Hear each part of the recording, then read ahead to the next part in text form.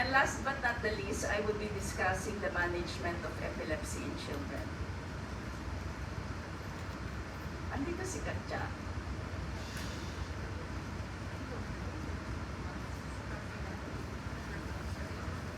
Wala, absent. Wala si Katja. On the way pa lang. Oh, kasi ako natin nag-start. We need to start on time, di ba? Okay, so what is a seizure?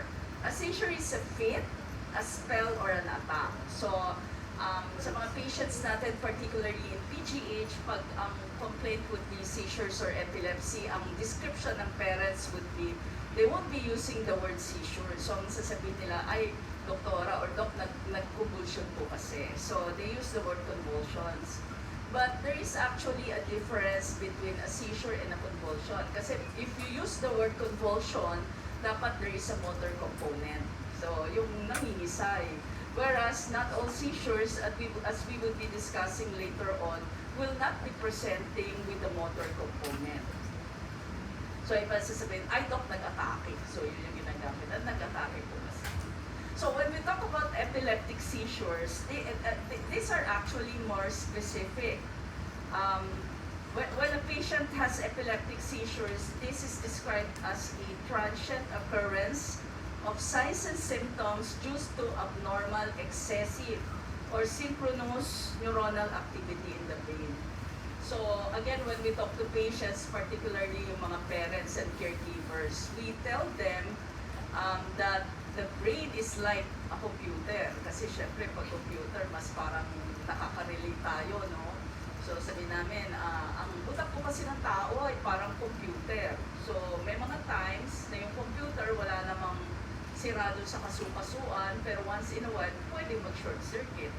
Diba? So, pag po nag-seizure, para din po gano'n, nag-short circuit ang brain. Because we know that there would be electrical activities, just like, that's why I can talk to you or you can listen to me.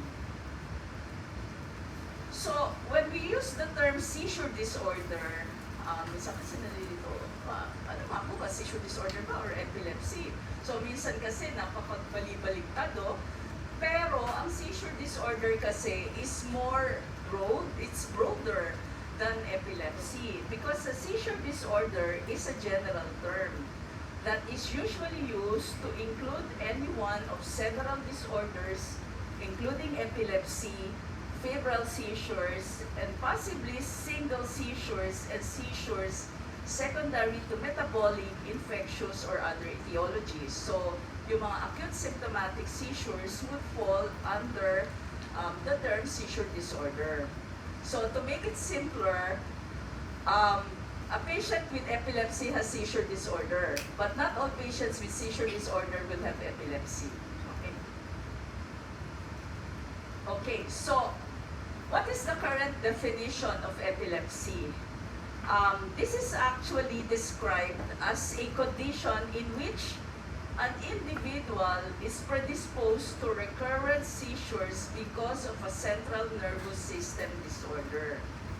The current definition, this was Hi, Katja. Si Katja na yun, no?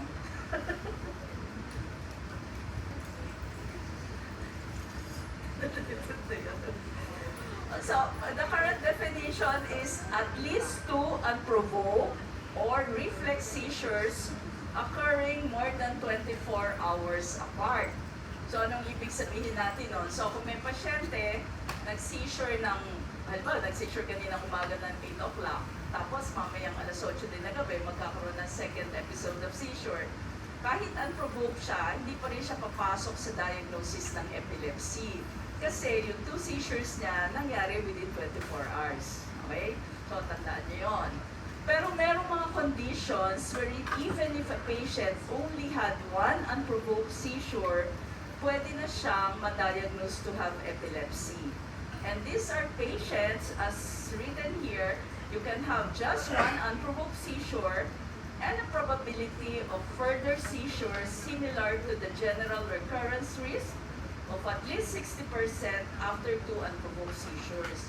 So ano yung mga factors that can that it increase the probability of a seizure recurrence. Like for example, abnormal na yung EEG niya.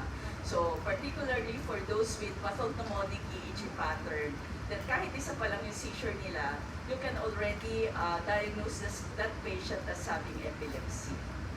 Mas gusto ko yung hold sa 7th floor. Kasi yung mic, natatawag ko yung mga bata.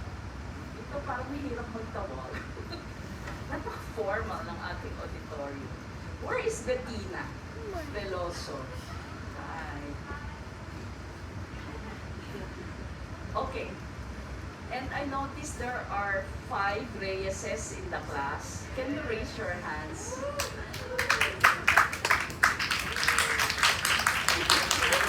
Bakit taas lang 1, 2? You're supposed to be 5. Ulit, taas kamay. Mga Reyeses. Absent na iba. Sino sa inyo yung taga Bulacan? Taga Valenzuela? Is he around? Where is he? On the way pa din. Sabihin mo, nandito ang cousin niya. I think. I think cousin ko siya. Mamaya kwento ko sa inyo pag nandito na siya. Okay. So, epilepsy, I guess kung taga Valenzuela siya, cousin ko siya. Epilepsy is one of the most common neurological conditions. Actually, for us pediatric neurologists, this is the most common neurological disorder that we see, particularly in the clinic. Approximately around 0.5 to 1% of the general population suffer from epilepsy, with an annual incidence rates of approximately 30 to 50 per 100,000 per year, such that it would affect around 45 to 100 million people worldwide. Okay, trivia. Ilan na ang population ng Pilipinas? Would you know? 100 ano? Yung kay Catriona Gray, ano ba ang sagot ni Catriona before? I think 106? 110. And that was how many? Kailan ba siya nanalo? 2019? 2018. Also ngayon ilan na tayo? Around, ang sabi kasi parang 118 million na raw. Pero I read another article, approximately mga 120 million na tayo. So here in the Philippines, epilepsy is one of the leading causes of neurological consultations and admissions. And I mentioned about the population of the Philippines because in 2007, when our population was only 33 million, and with an estimated prevalence of epilepsy of 0.9%, it was then estimated that around 750 Filipinos would have epilepsy in the country. So right now, since mga 118 million na tayo, there is an estimate of around more than 1 million Filipinos with epilepsy. Okay, so in children, as I mentioned earlier, this is the most common neurological disorder. And the average annual rates of new cases from birth to 15 years old would be around 5 to 7 per 10,000. And the incidence of epilepsy in children would be around 1%, so a little bit higher than the 0.9% I mentioned earlier. Now, let's go to the different paroxysmal events in children. Dito na tayo magkakaroon. Meron bang remote? Yung mic dito na wireless? Wala. Wireless to? I think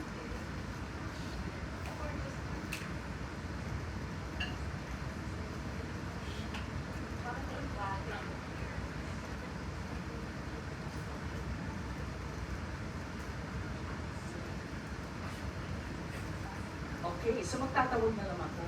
Tataas na lang kayo pag yung name nyo. Tapos dito na lang sa, sa list ng names. Okay. So, una natin tatawagin.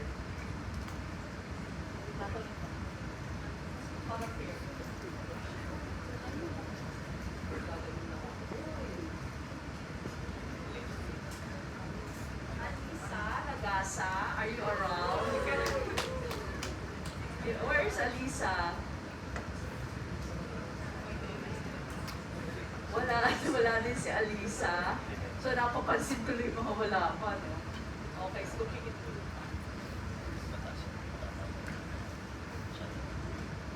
Santos, Trina. Where's Trina? Ay, lagi ka naman natatawag Trina. Okay, this is for Trina. Okay, so I would be presenting videos and then you tell me whether what you're seeing is a patient having an epileptic seizure or this is an event which is not a seizure in the first place. Madali lang ito. Taktaw naman ito yung example kasi ito yung common. Okay, for Trina. Ay, wala pa pala. Sorry. May intro pa pala. So, just for an introduction, in children, paroxysmal disorders are generally thought of as seizures unless proven otherwise. So, non-epileptic paroxysmal events, however, are also seen, and they constitute a complex condition including recurrent intermittent motor movements, behavioral changes, and somatic symptoms. So, these are the different differential diagnosis or the so-called imitators of epilepsy. We have some patients with loss of tone or consciousness, yung mga hinihimatay, di ba, nagsisyncopical attacks. In younger children, they can have breath-holding spells. Or as you can see here, they can present with disorders of respiration, like for example, apnea. So yung mga nagbe-breath holding nga.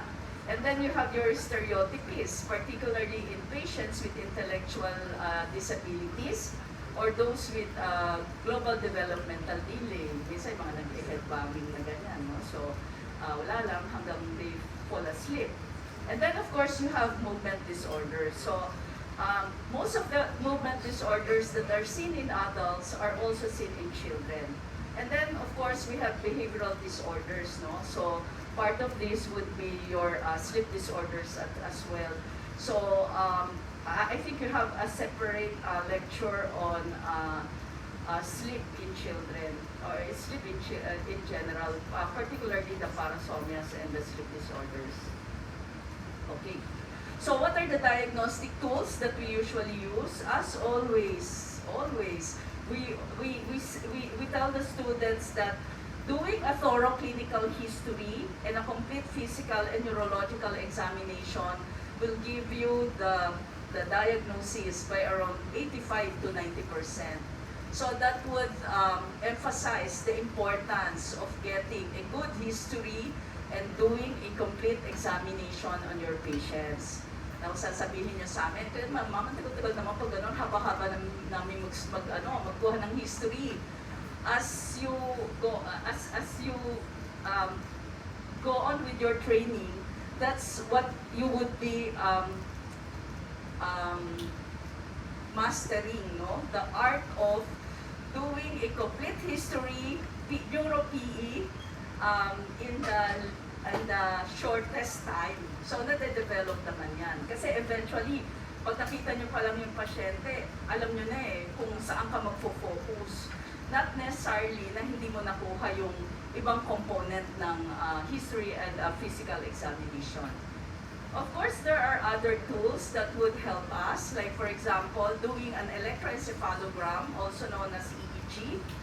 Then we also do neuroimaging studies, like for example, MRI of the brain or CT scan of the brain. And then sometimes we request for other laboratory workups, like for example, genetic tests and cerebrospinal fluid analysis.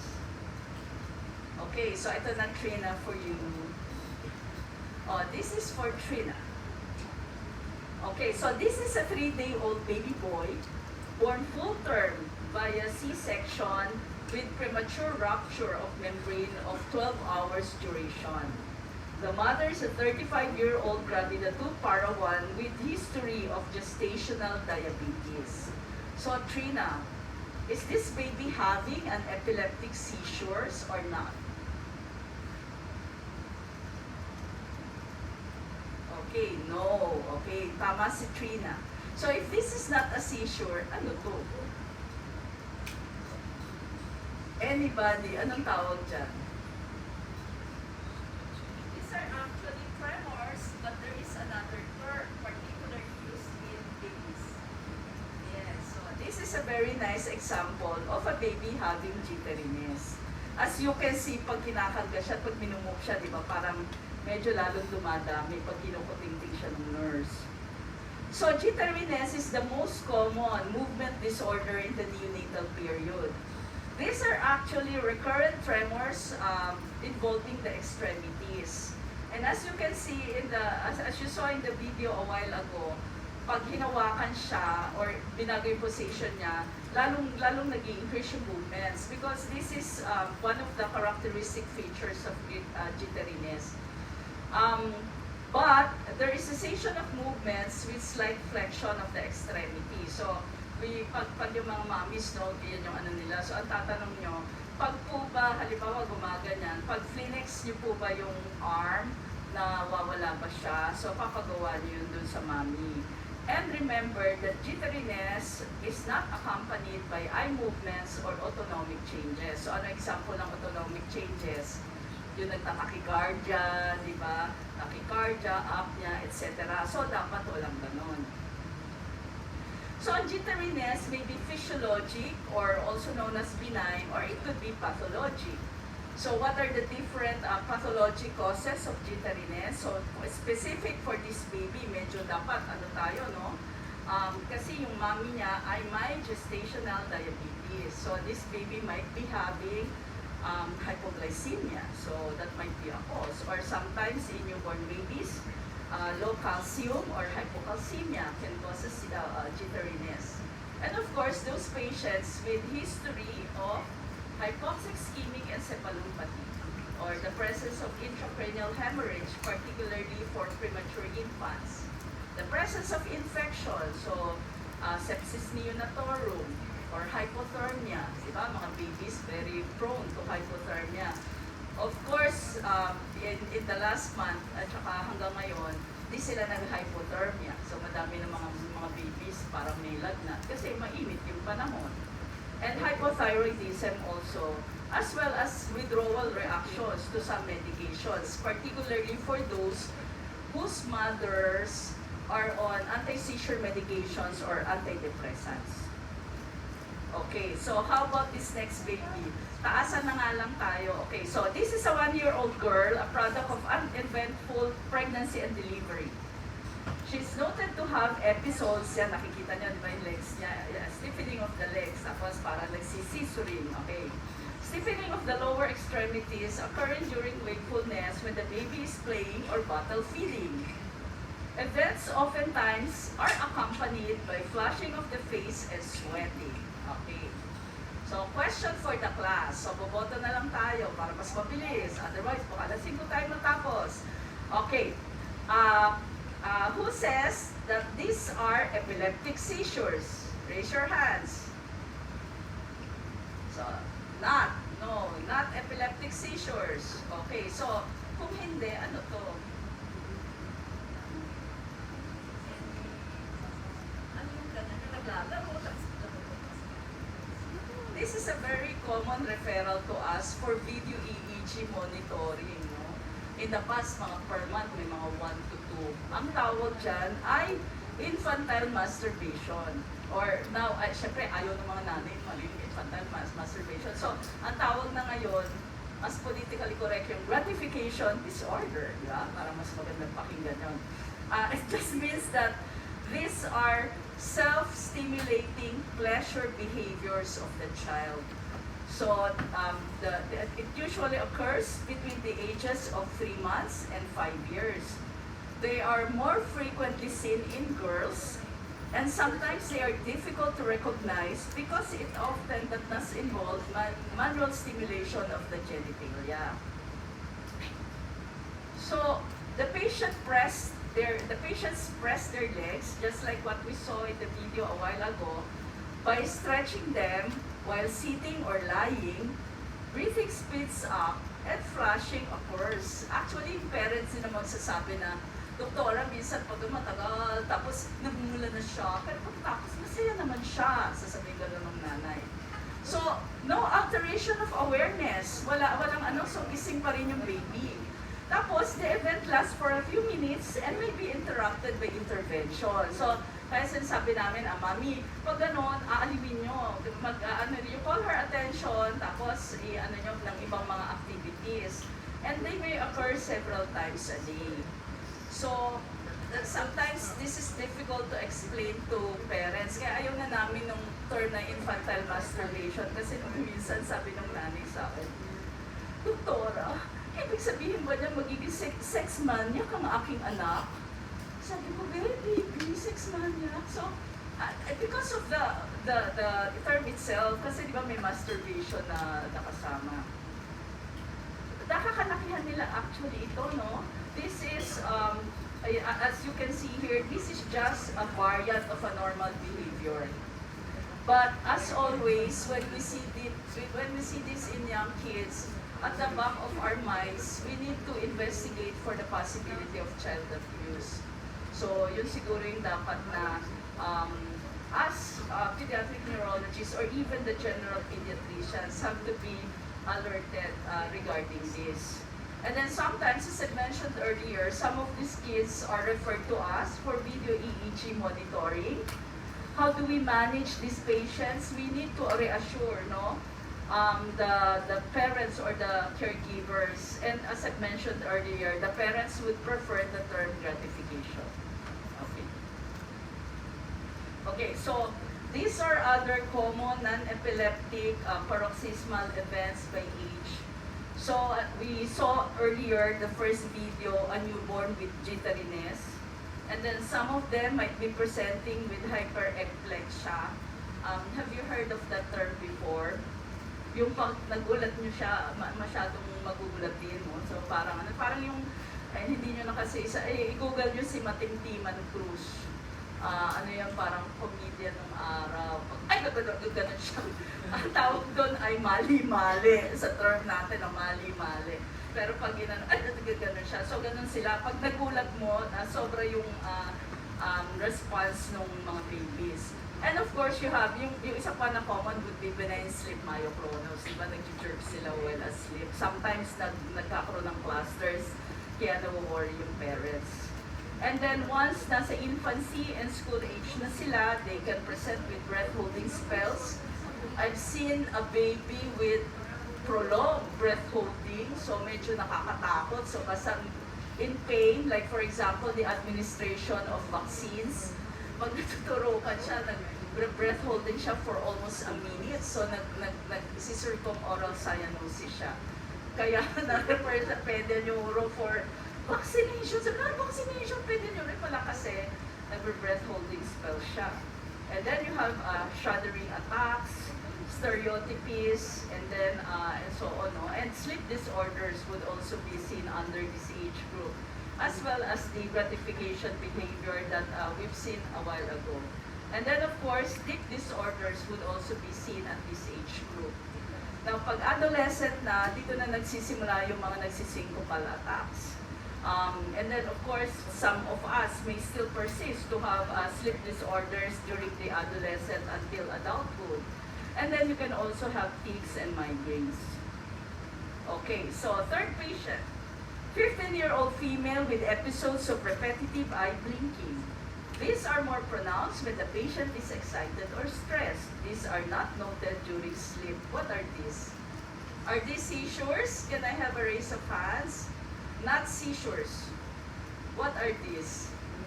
Tics. So ito yung pinaka-common na motor tics, di ba? Ocular. So ano yung pinagawa namin dito sa patient na to? Na magsasabi na tik nga siya, hindi siya seizure. Kasi may mga seizures, iba, di ba, automatisms, ganyan ng mata. Ano yung pinapagawa namin sa kanya?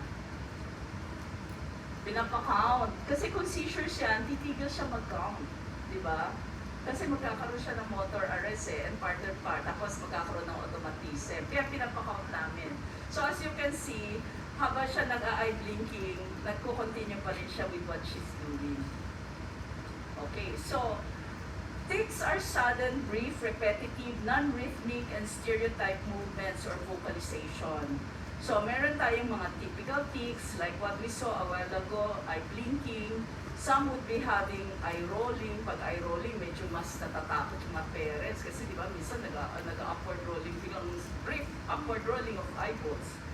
And then sometimes nagra-grunting din sila. Yung sniffing, ang diagnosis doon, allergy, doon na muna na ano. Yun nga eye blinking. Sa opta muna napupunta yun kasi dry eyes naman yun. Tapos shoulder shrugging and then sometimes may throat clearing. And then you can have complex tics, yung mga head shaking, trunk bending, kicking, and complex vocalization. So, which among the syndromes do you see a lot of tics? Tourette, oo. So, yun yung parang, ano siya, no? Parang exaggerated yung kanyang both motor and vocal tics. Have you seen a patient with Tourette? Oo. Anong ginagawa niya? Di ba, wala lang. We had a co-resident before in pediatrics. Meron siyang tics. Tourette siya kasi may vocalization. Ang mahirap pag may exam kami, syempre di ba na-stress siya, ang lukas, hindi ka makakakonsentrate. So kaya pag mababa ang grade mo, sabihin mo, kasi si ano kasi vocal tics niya, hindi ako makakonsentrate. Okay. So, tics may display the greatest range of phenomena including myoclonus, chorea, kaya di ba minsan parang nag-very sila, tapos may mga unusual sila, and sometimes they nagmumura, hindi nila mapigil yon, so they say they curse, pero they cannot actually prevent themselves from doing so. Okay, how about this fourth patient, 3-year-old girl with history of regression of language with hand-wringing movements and hyperventilation. Look at her hands. Okay. So, merong crackers, binibigay sa kanya pero hindi niya magamit. So, ang nangyayari sa kanya meron parang mga, yung mga hand-wringing movements. Okay. Tapos, sometimes nag-hyperventilation siya. Okay. Are these epileptic seizures? Can I have a show of hands? Not epileptic. Okay, so what are these? Yung mga gumaganyan-ganyan na paulit-ulit. Ano yan? These are actually stereotypies. No? So ito yung isa sa mga milder form niya. Sometimes they do repetitive tapping, tap lang ng tap na ganyan. Or minsan, pag medyo dramatic, nag-headbanging sila, no? Stereotypies are actually repetitive, purposeless actions that may present with a wide variety of movements. They could be subtle, as I mentioned earlier, like the repetitive tapping, or they could be pronounced, like the presence of repetitive headbanging. And this may be isolated or seen in conjunction with other neurological disabilities. The baby here, the patient here actually has what syndrome? Rett. This is a very typical patient, no, with Rett syndrome. They have hand-wringing with regression of language, and then later on they develop hyperventilation and even seizures. Okay, how about this? What is this? 10-year-old girl with recurrent sore throat. Ulitin natin. Kasi ito, ano yung sobrang likod sa kama. Bago to I think last year lang namin naging pasyente ito. Are these epileptic seizures? Yes? No? So if not, what are these? Chorea. This would be one of the more common movement disorder that you would be seeing in the pediatric population. And when you see one, you need to rule out the possibility, as she mentioned, a part and parcel of infection, particularly what? Strep, rheumatic fever.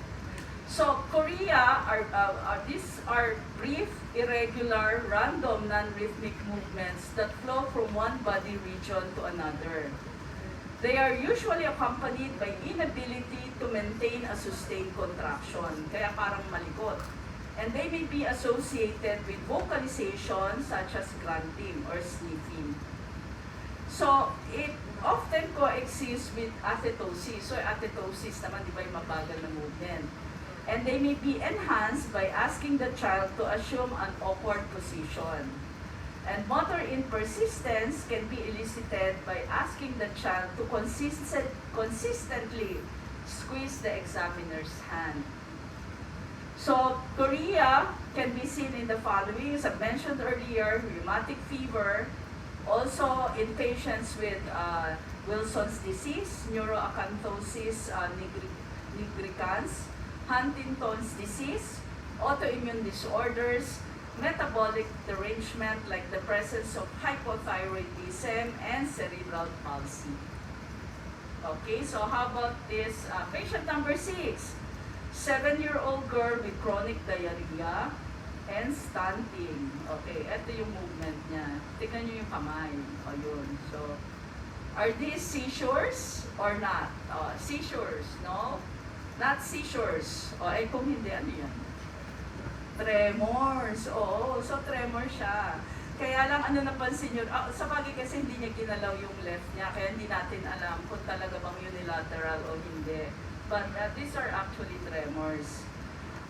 These tremors are the most common hyperkinetic movement disorder in children. They are often oscillatory movements, rhythmic and regular.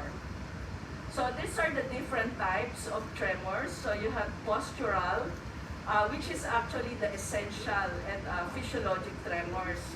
But you have resting tremors, which are actually seen in patients with Parkinson's disease. And you also have intention tremors, yung pag nag-ano kayo for cerebellar, di ba, nakikita nyo, nanginginig aside from the dysmetria. And this would be patients with disease of the cerebellum or cerebellar pathways. Okay, so it's nice to know that there are some drugs that can enhance or cause tremors. And some of these are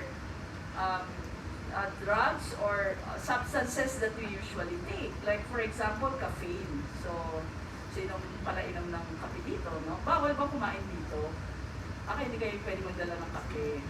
Saan kayo kumakain? Sa row?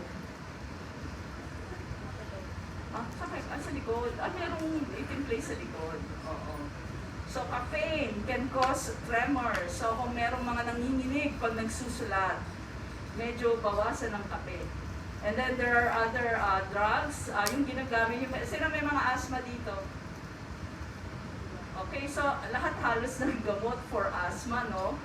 Beta agonist, your salbutamol, theophylline, which is also and aminophylline, which are actually drugs for asthma, and of course your steroids. So lahat ng gamot for asthma can cause tremors. And we have anti-seizure medications and antipsychotics as well, like valproic acid and lithium. They can also cause tremors. Okay. How about this patient? Okay, 14-year-old girl with family history of movement disorder. Okay, so mukhang movement disorder naman siya kasi ini-interview, sumasagot siya, no? So what are these? Medyo mabagal naman to. Kaya lang parang hindi ba nakapunan siya. Are these seizures or not? So sabi, mukhang hindi, no? Sabi kasi may movement disorder. So if these are not seizures, what are these? We call this dystonia. Okay. So, dystonia is a syndrome characterized by sustained muscle contractions that usually produce twisting and repetitive movements or abnormal postures. They can be classified according to the age of onset, extent of muscle involvement and distribution, as well as the source. Now, this is an old table, but it shows us that there are two major types. You have the primary or idiopathic, and you have your secondary or symptomatic dystonia. If you look at the list of symptomatic dystonia, may napansin kayo na sikat ang Pinoy? Yung Filipino X-linked dystonia. This is also known as dystonia of Panay. Ayaw na nilang gamitin yung lubag, yung term na lubag. These are seen among Filipinos coming from the Panay region. Ano-ano ba yung provinces sa Panay? Sige nga. Aklan. Iloilo, Aklan, Capiz, Antique. So yun yata yung apat na yun. Kasama ba ang Negros sa Panay Island? Hindi, parang nasa kabila yun. So parang yung apat na yun, no? So, kaya pag may mga patients tayo na makikita, parang meron silang mga unusual movement na ganyan. Tapos, coming from that region, so you think of X-linked dystonia unless proven otherwise. So, madami ng studies ngayon na ginagawa dyan kasi this is something na sa Filipinos lang and in that area na nakita. Okay, so just general guidelines, no? Tips lang to. Syempre, hindi naman to hard and fast rules. So, involuntary movements, with the exception of spinal myoclonus, disappear during sleep and seizures persist or may worsen. That's why we always ask the parents, no? Pag tulog po ba siya, nakikita niyo pa rin yung movements, no? So, pag movement disorder, dapat hindi. So, involuntary movements usually have a more stereotype appearance. Minsan kasi seizures, parang iba-iba yung manifestations. And then seizures are often characterized by loss of consciousness or awareness, and in general, involuntary movements are not. And then seizures are usually accompanied by epileptiform activity on EEG, but this is not always.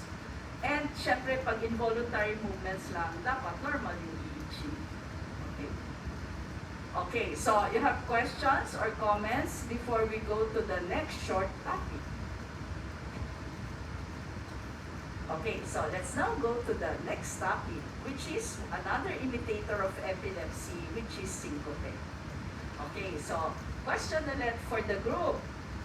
Who among you had experience having loss of consciousness? Okay, so 1, 2, 2 lang. 2 lang. 2 lang. I think around 6 years ago, nag-lecture ako ng ganito. Who among you had that? So, mga dalawa din yata ang nagtaas ng kamay. Tapos 2 days after my lecture, one of the students, nagkaroon ng loss of consciousness na dala pa sa ER. No? So, sabi ko, anong triggering factor mo? Puyat daw siya kasi may exam sila. Kasi after my lecture, Wednesday yun, tapos Friday yung exam. Tapos, lack of sleep, tapos parang nainitan yata siya. So, nadala siya sa ER. So, why am I asking? Kasi parang dapat napaka-common daw ng syncope. What is the definition of syncope? This is actually a sudden loss of consciousness and postural tone due to transient cerebral hypoperfusion followed by spontaneous recovery. So, if the rate of cerebral perfusion is less than 30 ml per 100 grams of brain tissue per minute, this would result in syncope. So, the incidence of syncope is actually unknown, pero it is estimated that 30 to 50% of children have at least one episode by the time they reach the age of adolescence. Kaya kung 80 kayo dito, dapat mga 20, at least 20, at one point in your life, nagkaroon kayo ng syncope, according to this article. But it only accounts for mga around 1% of pediatric emergency room visits. Kasi syempre, di ba, parang minsan parang feeling mo lang lightheaded ka, tapos parang feeling ko pa parang himatay na ako. Pero usually naman, nahihimas-masan agad. So merong mabilis kasing nakaka-recover, kaya usually di na dinadala sa hospital. And then napaka-typical ng event, like ano yung mga usual na situations. Nasa church, mainit, nakatayo, di ba? Tapos simbang gabi, tuyat ka, bigla kang sabi, no, we need to go to church. Kaya, tapos atok na atok ang yung tapos bigla, pero pwede kang bumagsak. And then sa school, flag ceremony, di ba, nakatayo ka, 8 o'clock, wala pa yung principal, ayaw kayo papasukin, di ba? So tagal-tagal mo nakatayo ng init, pwede din, no? So yun yung mga conditions. Ang syncope, particularly in childhood, it also has its classification. So you have the neurally mediated syncopes, may cardiovascular, then you have the non-cardiovascular. So ito baliktad. Yung pseudo-syncope, sila naman yung mga epileptic, no? And then of course, there could be some patients presenting with psychogenic. So sabi ni Doktora Salongo, kipo sa akin, sabi sa akin, Tita Betty, nung sa med school, meron kaming kaklase, feeling namin psychogenic yung syncopal attacks niya. Sabi sa kanya, ba't nyo naman nasabi ng classmates mo na psychogenic? Sabi niya, kasi pag yung crush niya yung nandun sa tabi niya, tsaka siya naglo-loss of consciousness. Sabi niya gano'n. No? So, bantay kayo dyan sa mga tabi-tabi niyo. Okay. So, the most common would be the neurally mediated syncope.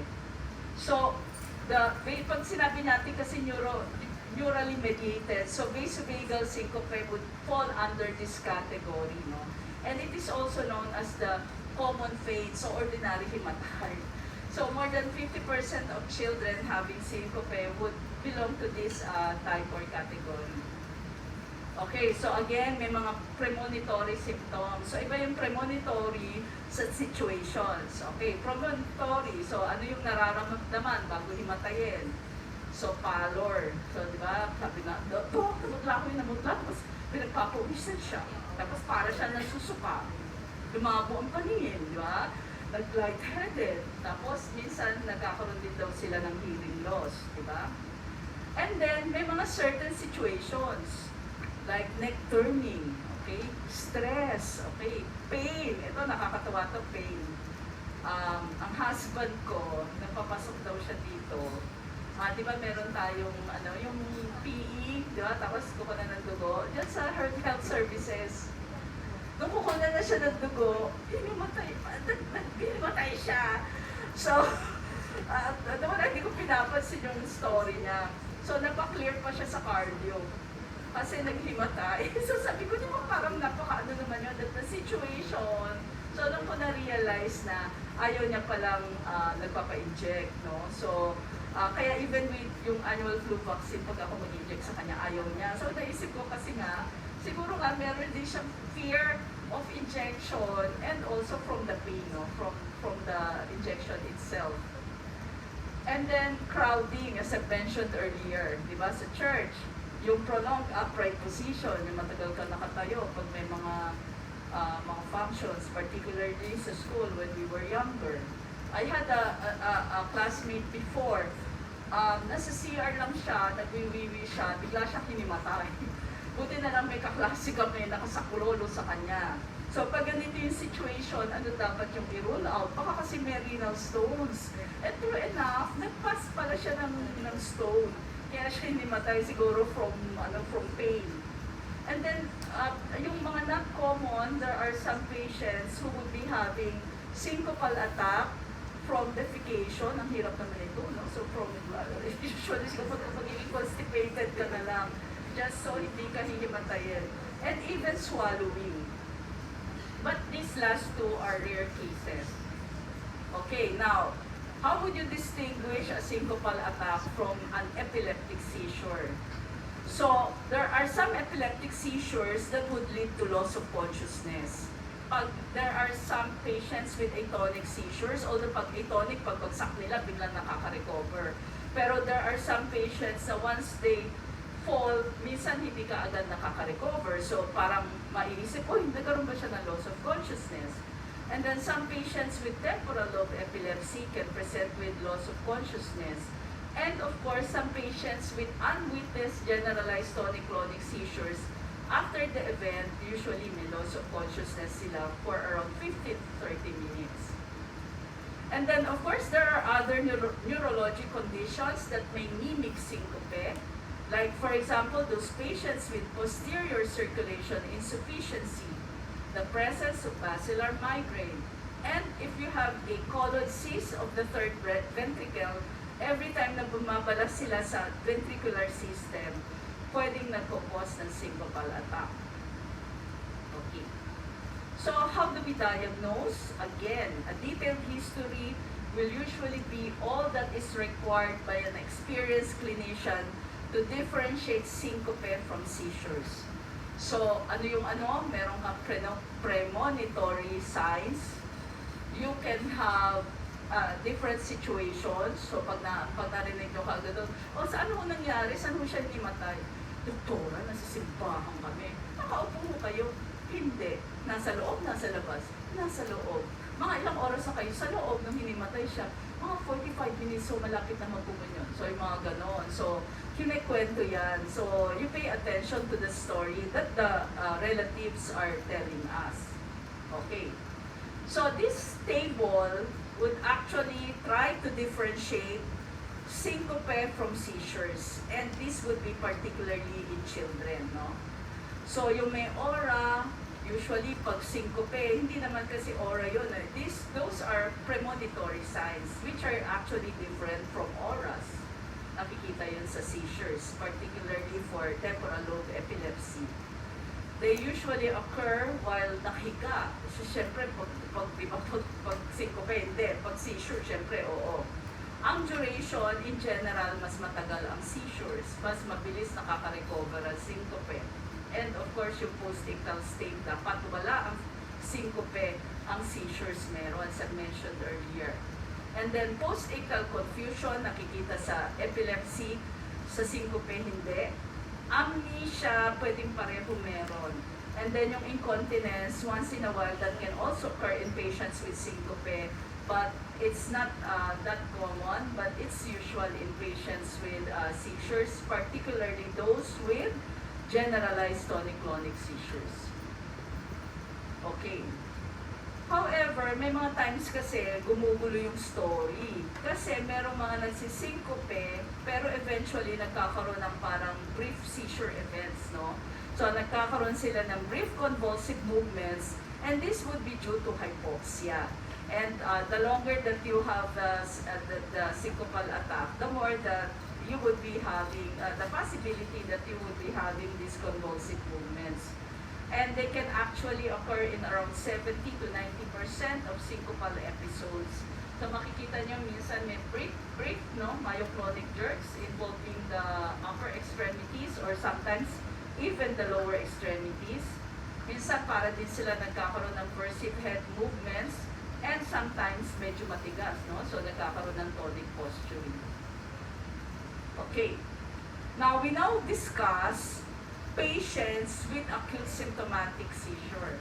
So what we would be doing here would be to differentiate patients having seizures from an acute event or an acute situation or because of an acute change, metabolic changes, from somebody having an epileptic seizure. Okay. So first, we discuss the most common okay, so again, no, ito yung, di ba, pinakita ko na kanina yung definition natin ng epilepsy. We emphasize the word unprovoked, so dapat unprovoked siya. Whereas, an acute symptomatic seizure, these are clinical seizure occurring at the time of a systemic insult or in close temporal association with a documented brain insult. And this must be distinguished from unprovoked seizure. And why is that? Kasi syempre, when unprovoked, the patient would already be under the category of epilepsy. More often than not, they are placed under maintenance anti-seizure medication. Pag acute symptomatic seizure, they may be started with an anti-seizure medication, but they are not maintained on these drugs, no? So, minsan, after 24 hours, okay na. Tapos, whatever would be the problem, like for example, metabolic yung cause ng seizure, na-correct na, pwede naman ang hindi binibigyan ng anti-seizure medication. Okay. What are the different conditions, no, that may result to acute symptomatic seizures? Now, you pay attention to the different neurological conditions. Events occurring within 1 week of stroke, traumatic brain injury, anoxic encephalopathy, and intracranial surgery. So, hindi lang ibig sabihin immediate. Pwedeng within 1 week, it's already considered as acute, it can still be considered as acute symptomatic seizure. Or, at first identification of a subdural hematoma. the presence of an active central nervous system infection.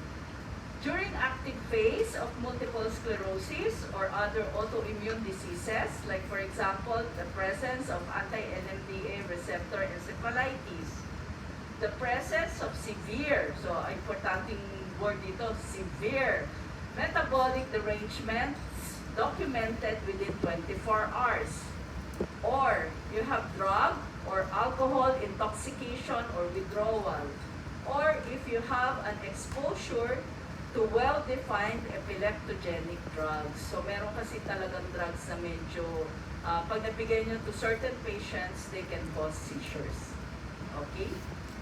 Now, you need to pay attention to this table. So, it's actually in the article by Becky, but we also included this table in our seizure handbook. Okay? So, ano lang yung gusto kong i-emphasize dito? For a patient to have seizures, like for example, from hyponatremia, dapat medyo mababa. Yung 125, di ba magsi-seizure ang patient dyan? Or even yung mga 120. Ang recommended nila na cutoff for hyponatremia is actually 115. So, sa ER, no, pag nag-duty na kayo sa ER, minsan dadating nila, nag-seizure, pag nag-seizure, kuha tayo ng glucose, gano'n. Tapos magsasabit tayo ng blood chem. So, pag nakita, uy, ang sodium niya, 126, siguro kaya siya nagsi-seizure kasi wala dun sa normal range. Again, you need a certain value. So, yung ano dito would be severe derangement. Okay? Now, another example of acute symptomatic seizure are actually febrile seizures. Kaya lang, hiniwalay siya kasi this is the most common, no, na acute symptomatic seizure, or this is the most common seizure disorder in children. Okay, so what are febrile seizures? Again, you pay attention to the features of febrile seizures. These are actually seen in neurologically healthy infants and children, age between 3 months to 5 years, or sometimes, as studies would say, or articles would say 6 years, with fever more than 38 degrees Celsius. There is no evidence that the child has intracranial infection. There are no other definable cause, and there is no prior history of afebrile or unprovoked seizures. Okay, so what is the incidence? As you can announcing the arrival of the late. Hi. Okay, so as you can see here, the incidence of febrile seizures are higher than epilepsy. Ano ba incidence ng epilepsy? Kanina, if you were listening, 1%. Oh, ito higher, 2 to 5%. Tapos, meron ding iba-ibang types ang febrile seizures. In the past, dalawa lang. Simple and complex. Pero recently, nadagdagan na yan. So, may pwedeng myoclonus. Tapos, ginawa na nilang type yung febrile status epilepticus as well as febrile seizure plus. So, i-ano natin yan later on. Okay. So, yung simple febrile seizures, again, no, you pay attention to the features. These are generalized seizures. Tonic, clonic, tonic-clonic, rarely atonic. The duration is just less than 15 minutes. Dapat hindi siya magre-recur within 24 hours. And after the seizure, dapat walang post-ictal abnormalities yung patient. Like for example, the presence of TADS paralysis. Ano ba yung TADS paralysis? May transient na hemiparesis yung patient. Kabaliktaran yung complex febrile seizures. Before, ang tawag sa kanya, complicated. Pero siyempre, ayun na natin po na it's complicated. Parang relationship is complicated. They have focal seizures. Yung isa generalized. And then, usually more than 15 minutes. Meron kang recurrence within 24 hours. So, kabaliktaran lang siya. And then, it can be associated with post-ictal neurologic abnormalities na pwede naman kasi yung seizures niya ay focal. So, sometimes, after a clonic focal motor seizures, pwede magkakaroon ng weakness kung saan siya nagkaroon ng motor component ng event. Okay, so I've mentioned about myoclonic, febrile myoclonus. Ano lang siya, instead na nagkakaroon ng mas myoclonic jerks yung seizure ng pasyente. These are usually seen most commonly in patients with family history of febrile seizures. And of course, you have febrile status epilepticus. We've seen some patients having febrile seizures more than 30 minutes, or those having series of short seizures without regaining consciousness, interictally lasting 30 minutes or longer. And most seizures are convulsive or focal or have focal features. Okay. Tapos, meron na rin tayong tinatawag ngayon na febrile seizure class. These syndromes are associated with children who have both febrile and afebrile seizures, or children who remain to have persistent febrile seizures beyond the usual age. So, ibig sabihin, 7 years old hanggang 12 years old, nag-febrile seizure pa rin. So, in the past, I have a pedia friend, tinatanong niya ako, Penny, ano daw ang diagnosis? Kasi yung pamangkin niya, 8 years old na, nag-febrile seizure pa. Sabi ko sa kanya, anong characteristic? Generalized pa din daw, tonic-clonic. Sabi ko, ganong katagal? Mga 1 to 2 minutes. Sabi ko, nauulit within the day? Hindi. Eh di, ano pa rin, simple febrile seizure. Sabi niya sa akin, pero 8 years old na siya. Pero that was maybe around 15 years ago. Wala akong sagot sa kanya. Pero ngayon meron na. Pero hindi niya na ulit ako tinanong. Kasi siguro wala ng seizure yung bata. By this time, ano na yon, so mga 20 plus na siya. Okay. So what are the short-term outcome of febrile seizure? Excellent. The only adverse outcome would be once you have an episode of febrile seizure, syempre mas malaki ang chance that you would be having recurrence compared to somebody na wala. Okay. So how do we work up these patients with the first febrile seizure? So we, the Child Neurology Society of the Philippines published a guidelines in 2010. So this is for revision already, pero yung konsepto naman niya ay medyo updated pa. So we do the lumbar tap to rule out the presence of CNS infection. This is not the gold standard for the diagnosis of febrile seizure, but this is the gold standard of the more nakakatakot na alternative diagnosis, which is CNS infection, particularly meningitis. And the age plays a crucial role in decision to do lumbar puncture. So, in the past, 18 months and below, first episode of febrile seizure, lumbar puncture must be strongly considered. Pero recently, there are some studies saying that the age should be lowered to 12 months. Nung ginagawa yung guidelines noong 2010, gusto na namin in 12 months. Kaya lang that time, there are some neurologists who were saying na baka daw kasi ma-miss namin ang TB meningitis. So kaya i-increase na ulit sa 18 months. But for now, I think since we are more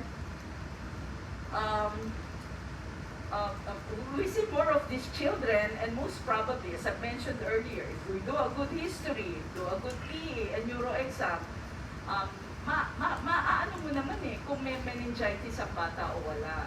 So sa new guidelines, most probably, ang pag-aawayan na lang would be 12 months or even younger, no? May mga studies na nagsasabi, in the US, 1 month. Kaya lang, ang magiging, natin doon, ang difference would be, they do all the work up during the neonatal period, kasi di ba 1 month, extended neonatal period ba yan? Pati mga viral studies, bago na sasabihin na, ay, febrile seizure na. So, medyo mahirap na hindi ka pa magtatap. Most probably, bababa namin to sa 12 months. And then we don't do the EEG, pampagulo lang yan. So this is not recommended as a routine diagnostic workup after the first febrile seizure. There are no published study which shows that EEG can predict future epilepsy. Pati blood studies, they are not routinely performed. The only reason why you would be doing this would be to determine what is the cause of the fever. And then neuroimaging then is not recommended routinely after the first unprovoked seizure. Okay. Okay, so how do we manage this patient? So we manage the active seizures. So pag dadating in active seizure ang pasyente, so we give intravenous benzodiazepines. In the Philippines, we use diazepam. Abroad, they use lorazepam, but we don't have lorazepam in the Philippines. So, an alternative would be rectal diazepam. Pero pag medyo matanda na kasi yung bata, medyo mahirap magbigay ng rectal diazepam. Another problem in the Philippines is that we don't have the ideal formulation of rectal diazepam. Abroad, gel formulation siya. So, sa atin, ang ginagamit natin, yung pang-inject na liquid, nilalagay yun sa 1cc syringe. Tapos, tatanggalin yung needle, o dapat tatanggalin yung needle and then you insert 1 inch of the syringe, and then hawakan mo gano'n yung pwede-bata, tapos squirt mo gano'n yung value. And then eventually, sa makikita mo pa rin yung liquid lumalabas. Because this is not the ideal formulation. So yung gel form, it's called Diastat, no? So naka-pre-filled na yung syringe niya, so pag nag-seizure, bigay ka na lang, no? So hindi mo inaalala na baka lalabas-labas yung liquid. But for the longest time, it's not available in the country because it's very expensive. I have a patient who tried buying it in the US, nag-message yung nanay, Doc, talaga pag yung dalawang syringe ay 525 USD? Sabi ko sa kanya, oh, siguro. Kasi when I was in training more than 2 decades ago, 175 na. And that was more than 20 years ago. So, ganun siyang kamahal. Kaya siguro hindi rin magiging available yan here. Pero the good news is that, meron naman kasi ibang routes na aside from rectal. So, you can give nasal, midazolam, intranasal. Kaya lang yan din, dapat mist, hindi mo pinapatak na gano'n yung liquid sa ilong ng bata. Meron dapat siyang certain na parang nozzle, para ang madi-deliver mo ay mist. And of course, you can give bakal midazolam. You just advise na pag nagbigay, dapat pagbakal, di ba, dito sa gilid ng cheek, hindi pinapaswallow yun. And of course, we give antipyretics, not to control the seizures, but to make the child more comfortable. Okay. And the use of continuous anticonvulsants or anti-seizure medications is not recommended in children after the first simple febrile seizure. Although anti-seizure medications can reduce the recurrence of febrile seizures, the adverse side effects of these drugs do not warrant their use in this benign disorder. So we don't maintain these children with anti-seizure drugs. Okay, now practice. Okay, you pay attention dun sa mga cases. Okay, case number 1. A 7-year-old boy who had an episode of generalized tonic-clonic seizures for 2 minutes. He was unconscious for 20 minutes after the event. When you reviewed the history, he fell from a mango tree around 10 feet the day before with dizziness after the fall. Okay, so is this an acute symptomatic seizure or epilepsy? Acute symptomatic seizure because there is traumatic head injury within 1 week, no? And it seems to be significant kasi nung pagkalaglag niya, nahilo siya. Okay, very good. Okay, next. A 12-year-old boy with episodes of chronic movements of the right arm associated with versive gaze to the right. MRI of the brain showed left frontal AVM. Is this acute symptomatic seizure or epilepsy? Who says acute symptomatic seizure? Epilepsy. Very good. Kasi hindi pa siya pumuputok.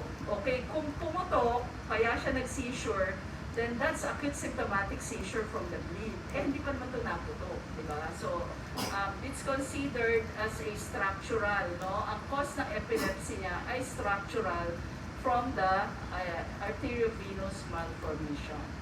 Very good. Okay. Case number 3. A 1-year-old girl with cough and fever of 2 days duration. She had stiffening of extremities for 10 seconds while asleep, with recurrence after 15 minutes. The temperature during the event was 38 degrees Celsius. Is this acute symptomatic seizure or epilepsy? Acute symptomatic seizure. Yes, okay. So this is febrile seizure. Okay, perfect nila yung exam. Okay, case number 4.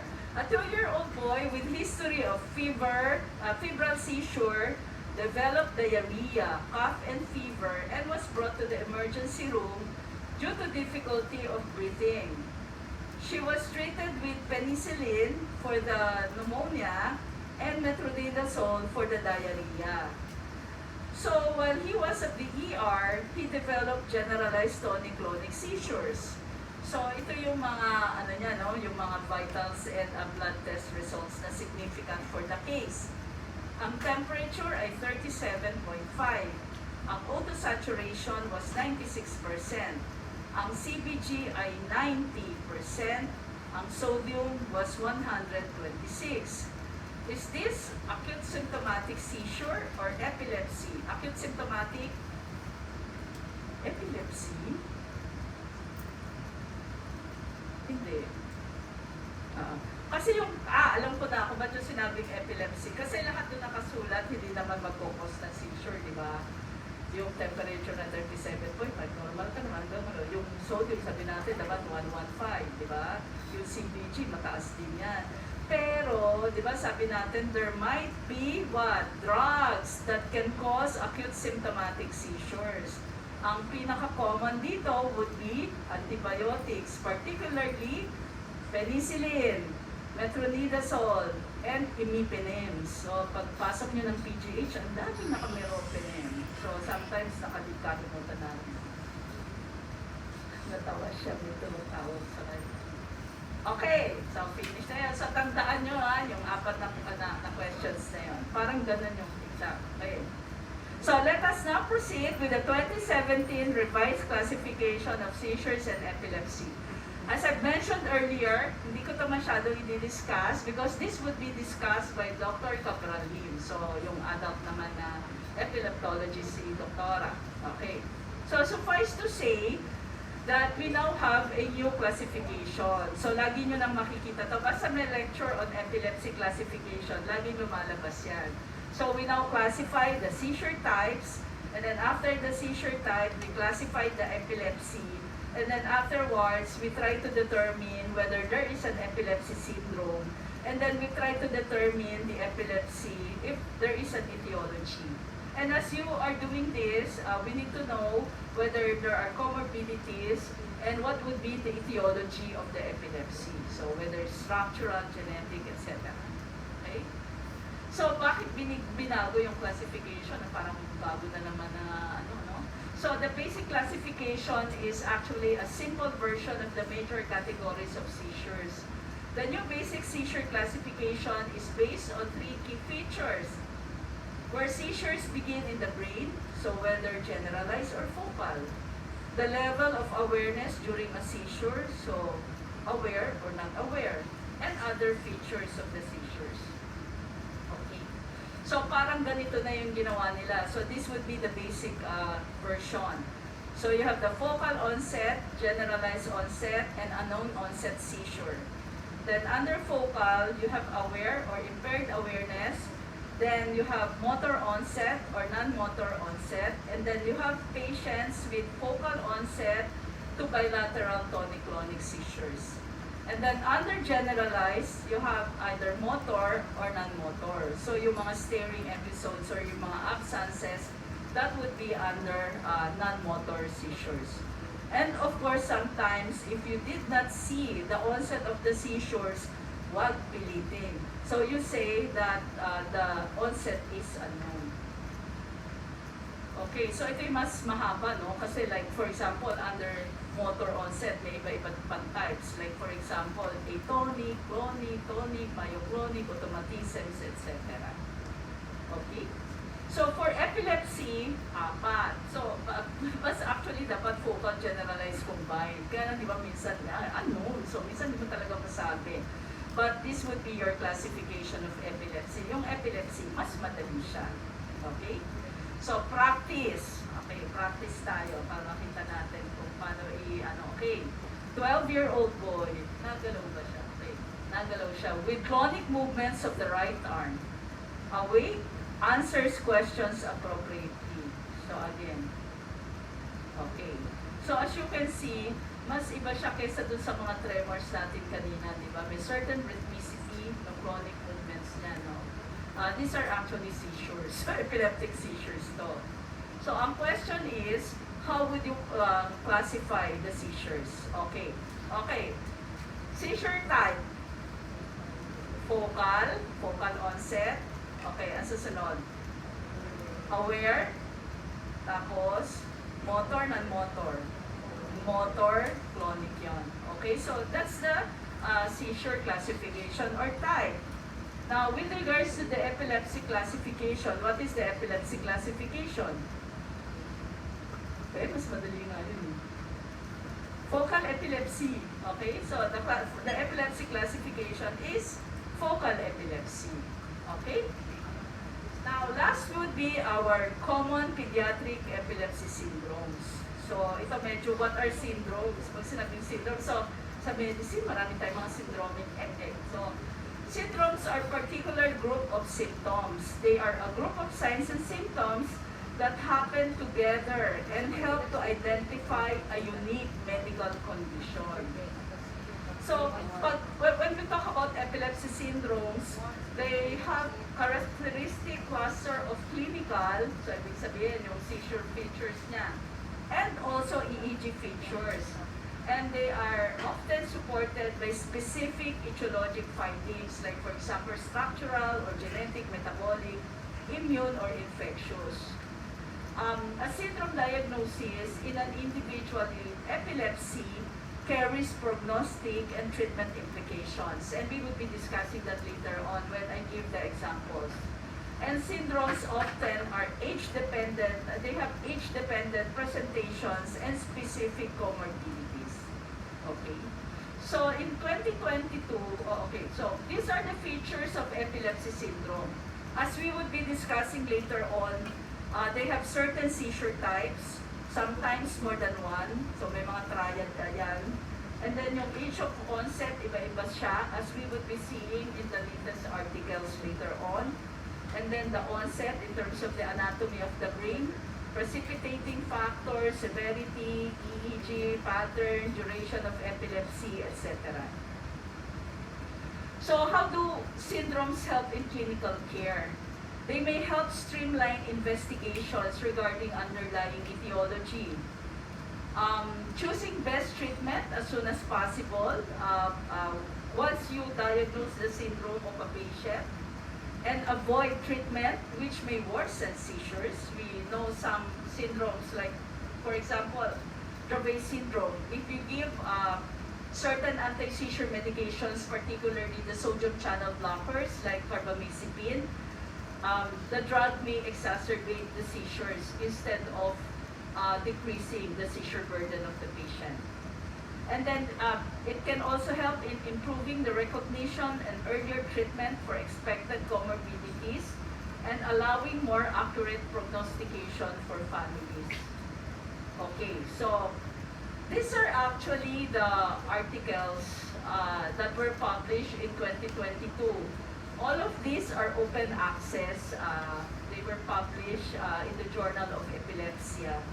And as you can see here, what they discuss would be the different classification and definition of epilepsy syndromes depending on the age of the patient, such that merong classification and definition of syndromes during the neonatal and infancy periods. This would be followed by those epilepsy syndromes with onset in childhood. And then you have epilepsy syndromes with onset at a variable age. So, pwedeng pang bata, matanda, etc. No? And of course, you have the idiopathic generalized epilepsy syndromes. So, yung nauna, introduction to the 4 other articles. Okay. So, syempre sinamarize natin. No? So, Uh, these are now the names of the different syndromes with onset during the neonatal or infancy period. As you can see here, lalabas na yung mga term na self-limited. Okay, self-limited epilepsies. So ito yung magagandang klase ng epilepsy. Ibig sabihin, the baby or the infant would outgrow the epilepsy. And then you have the developmental and epileptic encephalopathies. Ito naman yung mga pangit. No? When we say pangit, sila yung mahirap control, and usually the babies would be having developmental disabilities. And right now, since particularly in other countries, most of patients with epilepsy would now undergo genetic testing. They are now able to identify etiology-specific epilepsy syndromes. Now, the self-limited focal epilepsies of childhood, in the past lectures, we've been using the word benign. So, kahit din doon sa benign infantile epilepsy, ginagamit yung word na benign before, tinanggal na yan. And ang pinalit would be the term self-limited. So, kasi feeling ng mga nasa task force no, ng nomenclature, yung the word na benign is inappropriate, as children may have associated cognitive and psychiatric comorbidities. So, mapabago. So, yung mga benign epilepsy with centrotemporal spikes, natanggal na yung word na benign. So, gagamitin na yung self-limited epilepsy with centrotemporal spikes. Tapos, yung autonomic seizures, self-limited epilepsy with autonomic seizures, dati ang pangalan niya is Pianitopoulos syndrome, etc. Okay? And then, ito yung mga list of syndromes with onset in childhood. Again, you have the self-limited, you have generalized epilepsies, and then you have the developmental or epileptic encephalopathies. Okay. So, doon naman sa mga epilepsy syndromes with onset of variable age, ang pinaka-common na nakikita natin would be juvenile myoclonic epilepsy or JME. No? Sometimes we also see patients with JAE, pero mas common yung JME. And then we also have some focal epilepsy syndromes, like for example, yung childhood occipital visual epilepsy, now known as COV, photosensitive occipital lobe epilepsy, now known as POL. Okay, so iba na yung ano niya. Okay, and then may pangit, no? May mga pangit at this age yung variable onset, like for example, Rasmussen syndrome. In the past, usually during childhood lang yan. But now, there are some patients older than yung mga 7 to 8 years old na nakikita natin before. Okay. So, we'll start with the different syndromes. So, the first syndrome that we will be discussing is infantile epileptic spasm syndrome, formerly known as West syndrome. This is a developmental and epileptic encephalopathy with onset during infancy, and it accounts for 2% of pediatric epilepsy. So, this is characterized by the presence of, kasi nga syndromes, no? So, may iba-iba siyang seizure, semiology or types. So, they have infantile spasm, so yun yung seizure type niya. May EEG pattern din siya, which is called hips arrhythmia, so magulo yung EEG niya. Ito yung mga EEG na pag nakita mo, paano ko ito i-describe? And then, they have regression or intellectual disability. Hindi na yan ngayon mental retardation, no? Yung term na intellectual disability. Okay, so it is important to know what if a child is having infantile epileptic spasm syndrome, because medyo pangit kasi yung prognosis nila. The spasms are often resistant to single or multiple anti-seizure medications. The drugs of choice would be steroids, subcutaneous steroids, which is ACTH, and vigabatrin, both of which are not available in the Philippines. And for as long as the spasms are there is a risk of seizure progression and concurrent with the mental or intellectual disability. First, infantile spasms. These typically begin around 6 months to 2 years of age, but can start as early as 6 weeks of age. Infantile spasms occur in clusters of quick, sudden movements. A cluster of seizures means that the child will have several in a row. An infant can have multiple clusters a day. Infantile spasms are often mistaken for colic. This 5-month-old girl is having a cluster of spasms indicated by the momentary extension of her arms. You have to watch closely to notice the seizures, which is why infantile spasms are easily missed in diagnosis. But once a baby begins having these spasms, they can evolve into more intense and severe seizures. They most often occur when a baby is waking up, falling off to sleep, or when becoming sleepy after a feeding. Here's another example of what infantile spasms can look like. Notice this baby's eyes rolling upward and his arms extending in a stiff position as his whole body exhibits a jerking action. He looks as if he might have hiccups, but that's not what is causing these spasms. No first aid is needed when an infant is having these spasms. However, you should observe how long they last, and a prompt evaluation by your doctor should be made so that your child can receive the appropriate diagnostic evaluation and treatment. In summary, infantile spasms can occur between the ages of 6 months and 2 years, appear in clusters of quick, sudden movements, are often mistaken for colic, and most often occur in relation to waking and sleeping times.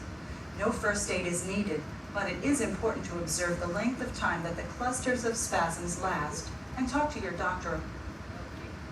So that is unfortunately one type of epilepsy that is sometimes not recognized immediately. As what was mentioned earlier, sometimes they just thought that the kid might be having some yung mga colic, no? Yung mga colicky baby natin. Kasi although kung iisipin ninyo, yung mga colicky baby will be younger, usually mga 2 to 3 months. And this would be children around 4 months and above. Some parents though would say that para sila lang nagugulat na magugulat din yung baby. Kaya minsan hindi kaagad sila nabibig for consultations. And sometimes even the general pediatricians, they might not be able to diagnose that a child might be having infantile spasm syndrome. So another type of pediatric epilepsy syndrome is known as Lennox-Gastaut syndrome. This, on the other hand, belongs to the childhood onset developmental and epileptic encephalopathy. So medyo matanda ang baby. They present with multiple seizure types, drop attacks or atonic seizures, atypical absences, and generalized tonic-clonic seizures. They also have a typical EEG pattern consisting of generalized slow spike and wave pattern, and these patients also present with intellectual disability. The third category of seizures is So called one of the atonic. seizures is atonic. These are associated with falling down and are also called drop attacks. Watch this 2-year-old boy as he stumbles and falls back, but just catches his balance as his mother assists him with his seizure episode. Atonic seizures may come in clusters. If you watch closely, you'll see how this boy has several seizures in a row. Here's another one as his head drops and he falls backward. During any of these, the child could collapse suddenly and fall. He continues to have seizures while sitting in his mother's lap, which are noticeable as his head drops forward and his arms extend forward in a reflex similar to that of catching himself before a fall. After 10 seconds to about a minute, the child who has had an atonic seizure can stand and walk again. These seizures can be mistaken for clumsiness or poor coordination in a very young child. Children can be injured having atonic seizures because they come on without warning, so the child doesn't have time to brace himself for a fall. Some children must wear headgear to protect themselves from injury. The best thing you can do for a child having atonic seizures is keep him safe during the event. No first aid is necessary unless he gets hurt falling down. To review, the signs of atonic seizures include suddenly collapsing, the child may fall down. There may be clusters of these seizures.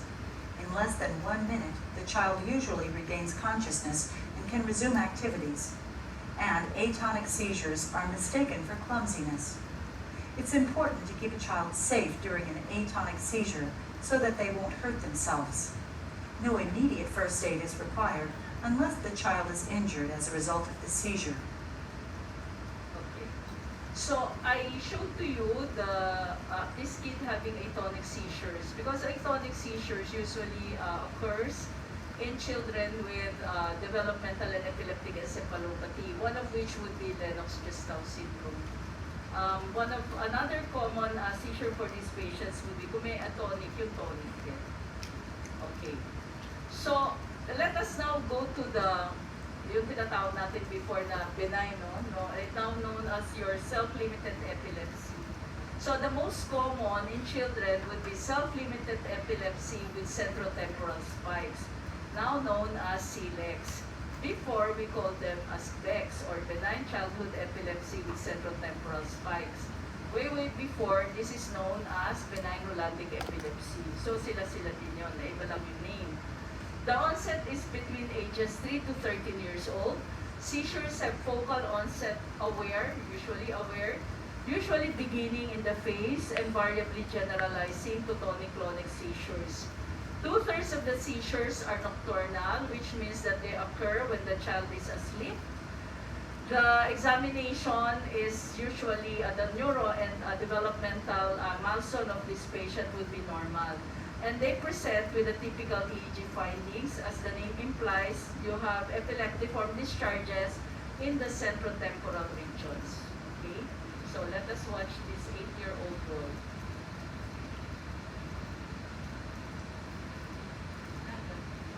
Nagalaw na. Magalaw.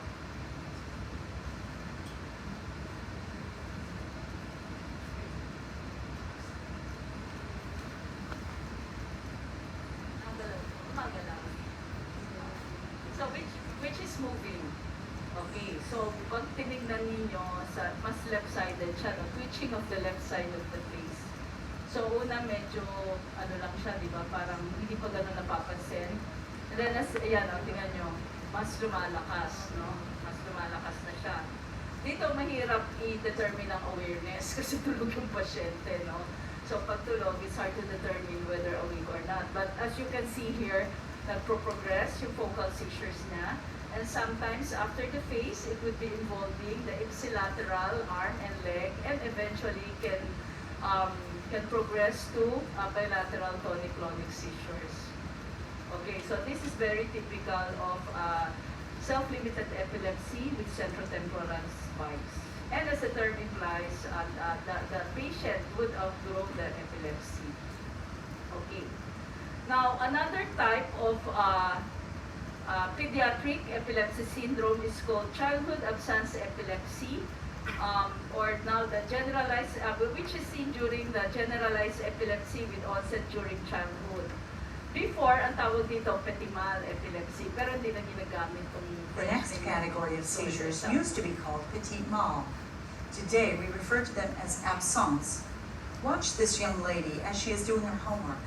She is writing her assignments, then the pencil seems to stop. She looks up and briefly stares into the distance. This is very typical of absence seizures. A blank stare begins and ends abruptly and lasts only a few seconds. Rapid blinking and chewing may also be present. The child is completely unaware of what's going on during the seizure and quickly returns to full awareness after the event. These may occur only a few times during the day or up to hundreds of times a day. Children with absence seizures frequently have trouble with school performance, and it is often confused with daydreaming or attention deficit disorder. Again, absence seizures are characterized by a blank stare, which begins and ends abruptly.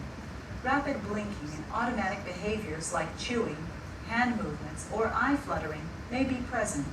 The child is unaware of what's going on, and learning problems in school may develop because of periodic loss of attention. Even though no first aid is required for absence seizures, your doctor needs to perform a complete medical evaluation when you notice the first occurrence. Here is the same 7-year-old girl at a horse show. The excitement and anxiety of this show probably led her to having this mild seizure. Notice how she steps forward briefly. She comes to almost instantly, not knowing that she has just had an absence seizure. Unaffected, she goes right along and competes in the horse show. The majority of children with absence seizures have an excellent response to treatment with seizure medicine. So again, another type of epilepsy in children that they usually outgrow. No? So they don't need to be in taking medication for a longer period of time. Okay?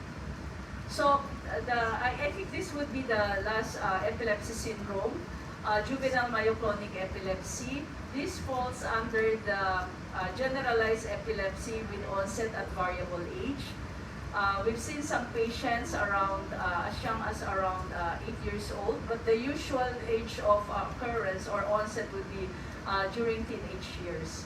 So sila, ang JME, meron din siyang triad of seizures, myoclonic, abscences, generalized tonic-clonic seizures. They usually come to the clinic once they already have the generalized tonic-clonic seizures. And then, pag tinanong mo lang yung history, doon lang sasabihin na, doktora, sa pag-umaga, nakakapagsak ng kutsara, pasa, toothbrush, comb, kasi nag-jerk, no?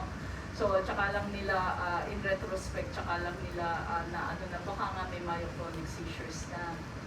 So, the good thing about these kids ay normal din ang kanilang development. So, look at the jerking of this 11-year-old girl. This is very typical of juvenile myoclonic epilepsy, but during this time, masyado siyang maraming events. Yung usual niya would be sa morning lang upon awakening.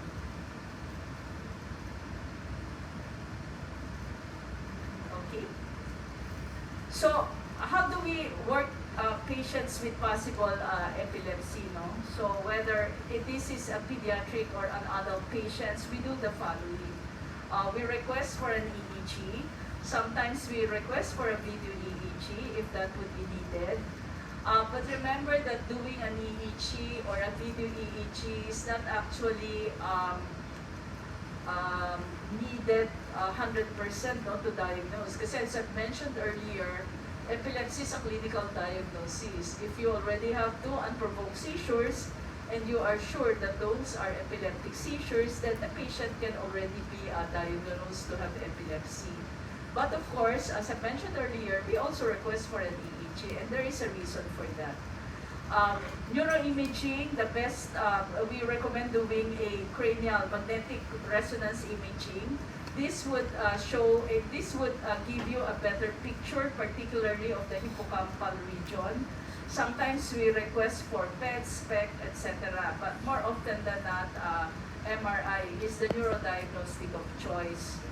We request for chemical laboratory tests, blood and urine tests, sometimes metabolic or toxicological screening, particularly for teenagers, CSF analysis, and molecular or genetic screening. Majority for EEG or electroencephalogram, majority of evidences from class 1 and class 2 studies confirm that an EEG helps in determination of the seizure type, the epilepsy syndrome, as I mentioned earlier, as well as the risk of recurrence, such that the EEG is recommended as part of the neurodiagnostic evaluation of a child with an apparent first unprovoked seizure. Now, when do we do a video or a simultaneous video EEG monitoring? So this is a synchronous display of the EEG pattern and the ictal behavior. This may be used to establish the diagnosis of epilepsy, classify seizure type, and select patients for surgical therapy. So again, I've mentioned about the MRI scanning. This is the current standard reference in the investigation of patients with epilepsy. MRI is the modality of choice for brain imaging in patients with epilepsy with a level C recommendation. And then how do we treat these patients? I think this would be the last 3 slides. Okay, how do we treat these patients? Again, just like in any other disorder or disease, we need to re-challenge the diagnosis. You've seen patients na mukhang may seizures pero hindi naman pala epileptic in nature. We've seen some patients with acute symptomatic seizures but they are not epilepsy. So we need to challenge our diagnosis. And then once you know that your patient's seizures would be triggered, no, or aggravated by something, we need to prevent these provoking factors. We see a lot of kids, no, particularly during the pandemic, nagsi-seizure sila because of lack of sleep, no, or sleep deprivation. And then we treat the underlying cause if possible, treat concomitant disease if any. We try to be attentive with the psychosocial difficulties, and we consider other treatment options if that would be possible or feasible. Like for example, epilepsy surgery, vagal nerve stimulation, or the initiation of the ketogenic diet therapy. But more often than not, the first armamentarium for the treatment of epilepsy or for the management of epilepsy is the use of anti-seizure medication to suppress the seizures. Right now, ang dami-dami ng anti-seizure medication in the market. In the past, 4 lang yan. Phenobarbital, phenytoin, carbamazepine, and valproic acid. So, until 1972, 4 lang yung pinakabisado. But as you can see in this table, ang dami-dami na, no? And why is that? Most probably because wala pa naman kasing pinaka-ideal na anti-seizure medication. And that's why there is a need for further drug development. Pero buti na lang sa Pilipinas, 14 pa lang yung available. So, buti pa yun? Pero in a way, hindi din. Kasi yung iba hindi available, di ba? Pero right now, there are 14. So that's why we always tell our trainees na we need to be familiar with the newer ones kasi ginagamit na sila ng mga pasyente natin.